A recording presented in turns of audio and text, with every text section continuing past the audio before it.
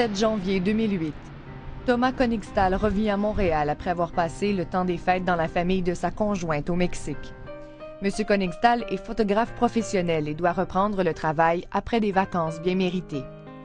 Sa conjointe a quant à elle décidé de prolonger son séjour à l'étranger avec leur fils unique, Diego, âgé de 7 mois. Comme l'exige la loi, M. Koenigstal a signé une autorisation pour que sa conjointe puisse voyager seule avec leur enfant. Puis j'avais fait cette approbation pour elle, pour qu'elle peut voyager comme elle veut, avec une date de retour prévue ou avant. D'un commun accord, Thomas Koenigstal et sa conjointe fixent la date de retour au 20 mars 2008. Puis d'une journée à l'autre, en février, elle m'avait expliqué qu'elle veut retarder son retour par une semaine ou deux. Mais quelques jours plus tard, il reçoit un courriel inquiétant.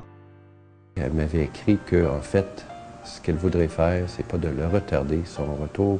Elle ne revient pas du tout. C'est comme, c'est un grand courriel long, puis j'avais lu ça plusieurs fois, c'est évident, puis j'étais en panique complète. C'est un cas typique où la mère dit « je vais aller visiter ma famille, mon pays ». On a un jeune enfant qui est en peut-être 2 ans à ce moment-là, donc il ne fréquente pas l'école. On n'a pas de contrainte, on peut aller dans son pays n'importe quand. Le père signe une autorisation pour que la mère voyage avec l'enfant pour une durée de temps limitée. Donc, on sait que la mère s'en va au Mexique, qui est son pays d'origine, mais la mère a les 2 citoyennetés, puis bon, l'enfant aussi. Et la mère décide de ne pas revenir. Thomas Koenigstal est bouleversé. Il cherche à comprendre pourquoi sa conjointe agit de la sorte et tente surtout de trouver un compromis pour éviter que le petit Diego en souffre. Elle ne revient pas. Point final. Puis, on avait essayé, nous deux, de trouver une moyenne de négocier quelque chose, mais il n'a pas marché. Diego Koenigstal a été enlevé par sa mère. L'enlèvement parental représente près de 15 % des enlèvements signalés annuellement au Canada. En 2009, il y en a eu 237, dont 56 au Québec. L'enlèvement parental, principalement, c'est lorsqu'un parent décide de couper tous les liens de l'autre parent qui a un droit de garde. Donc, on enlève le droit de garde de cet enfant-là à un parent. Mais souvent, c'est motivé par un sens de vengeance contre l'autre parent. Souvent, suite à la rupture de leur vie de couple, de mariage, suite à l'ordonnance de garde. Donc, on peut ne pas être en accord avec l'ordonnance de garde. Et il y a un désir profond de vouloir faire de la peine à notre conjoint. Et la seule façon et la meilleure façon de le faire, c'est de lui priver de contact avec son enfant. Et c'est un crime au Canada de faire cela. Les dossiers que je traite, souvent, je vais remarquer, évidemment, il y a une connotation internationale. Donc, il y a un des 2 parents qui vient d'un autre pays ou les 2 parents ont immigré au Québec.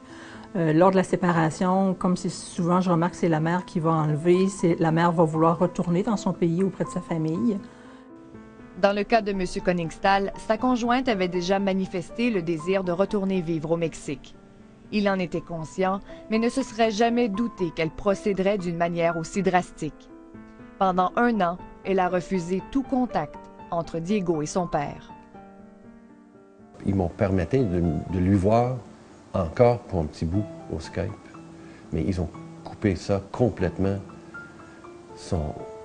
juste le jour de son 3e fête. L'année dernière. Alors, à partir le 4 juin 2009, ils ont arrêté de communiquer avec moi, complètement. Au moins avec Skype, tu peux voir ton enfant tous les jours, il voit ton visage, il sait que tu es là, fait que la journée où il va te voir, ben, il va te reconnaître. Et la mère a coupé tous ces contacts-là. Ça, je trouve ça épouvantable. OK? Et c'est même pas un dossier de violence, là. Madame, elle allègue même pas ça. Elle a d'ailleurs aucun motif qu'elle allègue c'est juste son désir à elle de vouloir demeurer au Mexique, OK? Il n'y a aucun reproche à l'égard du père. M. Koenigstal devra malgré lui entreprendre des procédures judiciaires. Un des seuls outils juridiques dont il dispose est la Convention de la Haye sur les aspects civils de l'abduction internationale infantile. Le traité a été créé en 1983 et regroupe 70 pays qui se sont engagés à retourner les enfants enlevés le plus rapidement possible à leur lieu de résidence habituel. Malheureusement pour M. Koningstal, ce ne sont pas tous les pays signataires qui respectent la Convention. Dans le cas de Diego, on a très peu de collaboration avec le gouvernement du Mexique. Donc, c'est extrêmement frustrant. Les corps de police ne collaborent pas nécessairement de la même façon que nos corps de police collaborent dans ce genre de situation. Beaucoup de pays sont insatisfaits de justement la façon dont le Mexique procède. Parce qu'il n'y a aucun respect des délais. On semble ne pas avoir les moyens de mettre en application la Convention de la Haye, ce qui est problématique, parce que la première chose qu'on demande, c'est de localiser le parent.